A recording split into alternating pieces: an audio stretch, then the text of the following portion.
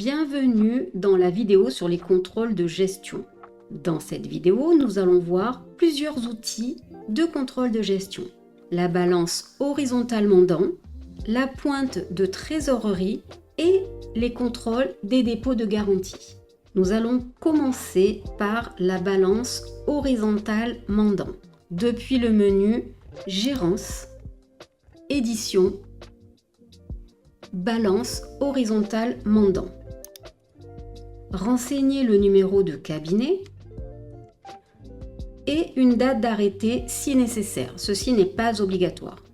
Cliquez ensuite sur Valider.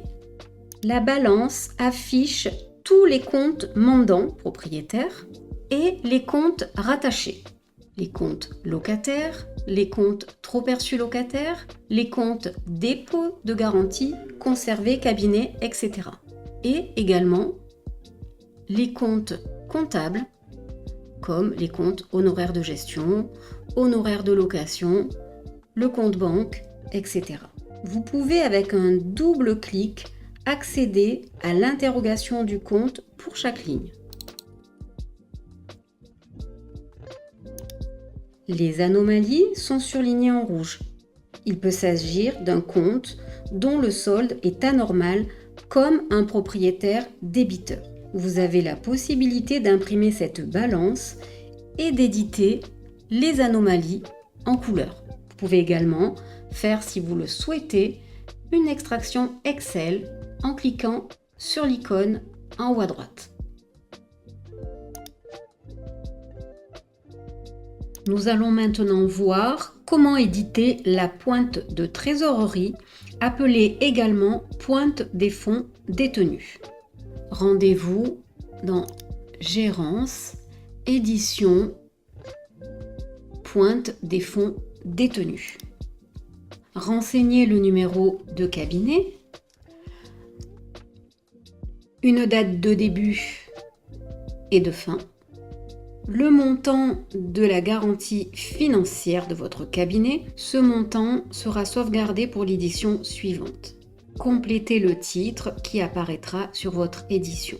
Puis, cliquez sur « Lancer le calcul ».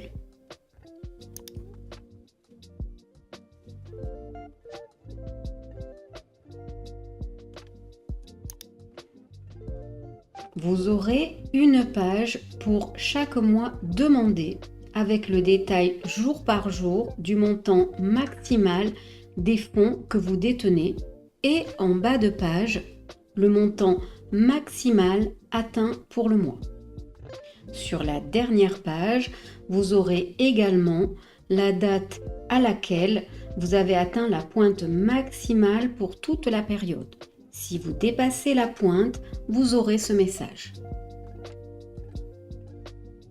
Et enfin, nous allons voir la vidéo sur le contrôle des dépôts de garantie. Pour cela, allez sur Gérance, Traitement, Contrôle des DG.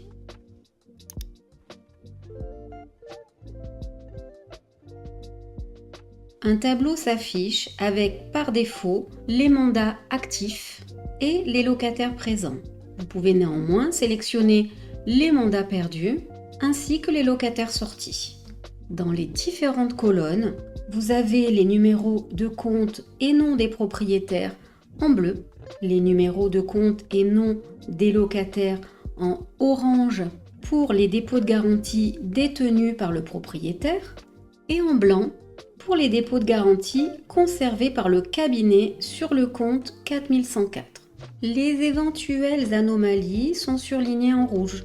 Si le compte 4104 présente un solde différent du cumul des montants indiqués sur les fiches locataires, vérifiez comptablement à quoi correspondent les dépôts de garantie et modifiez les fiches des locataires le cas échéant. Un double clic dans la colonne 4104 sur le montant en anomalie permet d'afficher l'interrogation de compte correspondante.